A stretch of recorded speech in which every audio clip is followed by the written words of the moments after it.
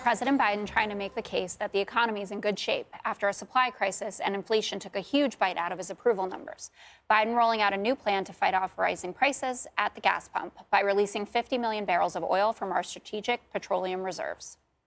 Today, I'm announcing that the largest ever release from the U.S. Strategic Petroleum Reserve to help provide the supply we need as we recover from this pandemic. I also want to briefly address one myth about inflated gas prices. They're not due to environmental measures. My effort to combat climate change is not raising the price of gas or increasing its availability. And Energy Secretary Jennifer Granholm being criticized for the answer to this question. There are various figures about this, so I'm curious if you know, how many barrels of oil does the U.S. consume per day? I don't have that number in front of me, sorry. Dana, Yeah. what say you? Okay, so you should probably know that if you're the Secretary of Energy. Fair. Probably, I was going to suggest. Not if you hate fossil fuels. So tapping the SBA. So Joe Biden talks about how long he's been in Washington and how much experience he has. And any president that tries to tap the Strategic Petroleum Reserve in order to deal with prices when we're not actually in an oil emergency, it's like a gnat on an elephant. It doesn't have the impact that it wants it to. And also, it's just so craven, right? They do it right before Thanksgiving. And tapping the SPR is really just making up for the bad policy from before.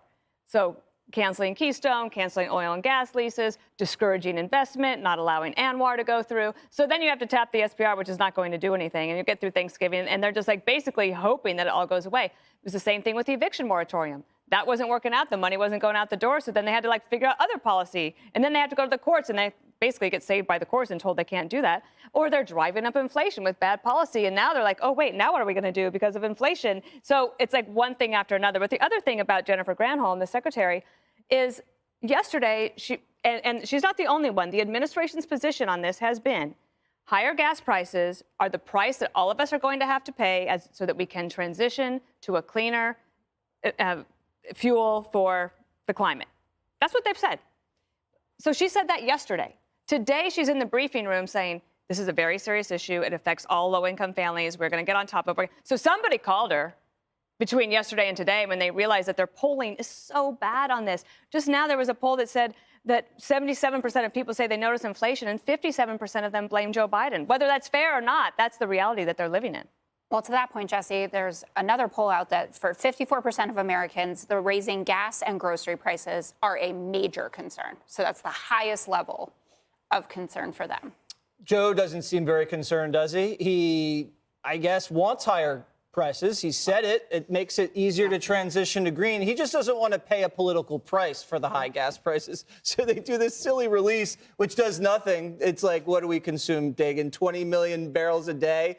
And he releases 50 million? That's like your mother. Oil went up today. It did? Okay, so there you go. That is like your mother Paul. asking you to bring over something for Thanksgiving and you show up with 2 Triscuits. I love it. What is that? What is that going to do?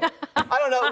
We're not going to get anywhere. He's been begging OPEC. OPEC's just going to give him the middle finger. The Crown Prince hates him because Joe called him a pariah after he murdered that journalist. So it's like a blood feud, and the American people are going to pay a price.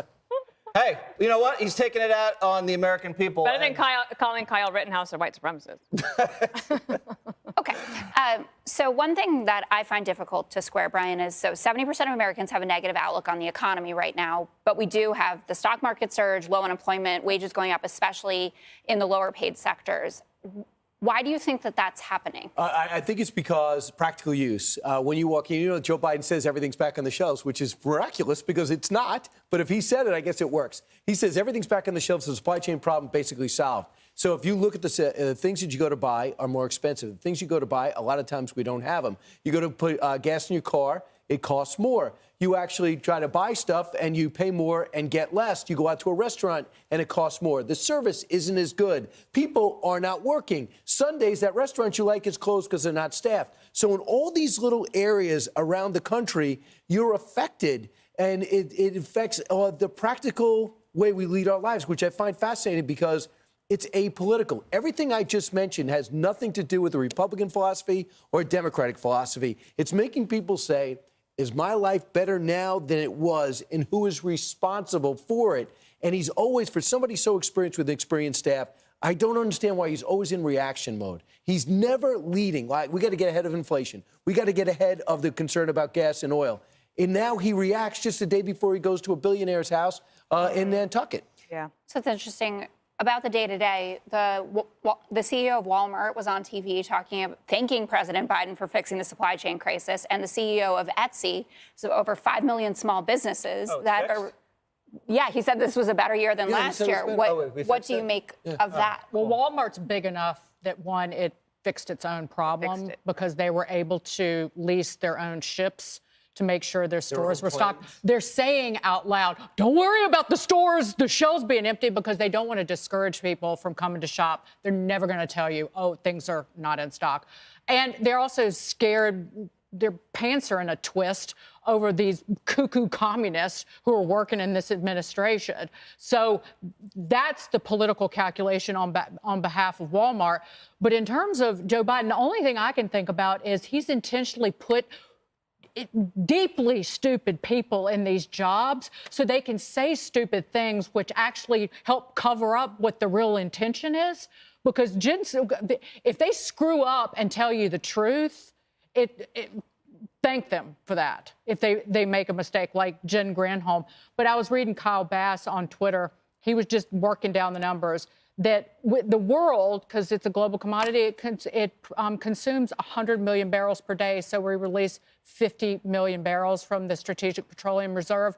Kyle Bass, it's a rounding error. Expect $100 oil, $5 a gallon for gasoline for years to come because of the damage that Biden has done. 18 this year. 18 a day. Okay. 18 Yeah, We gotta go. 20 million in refined product, I think.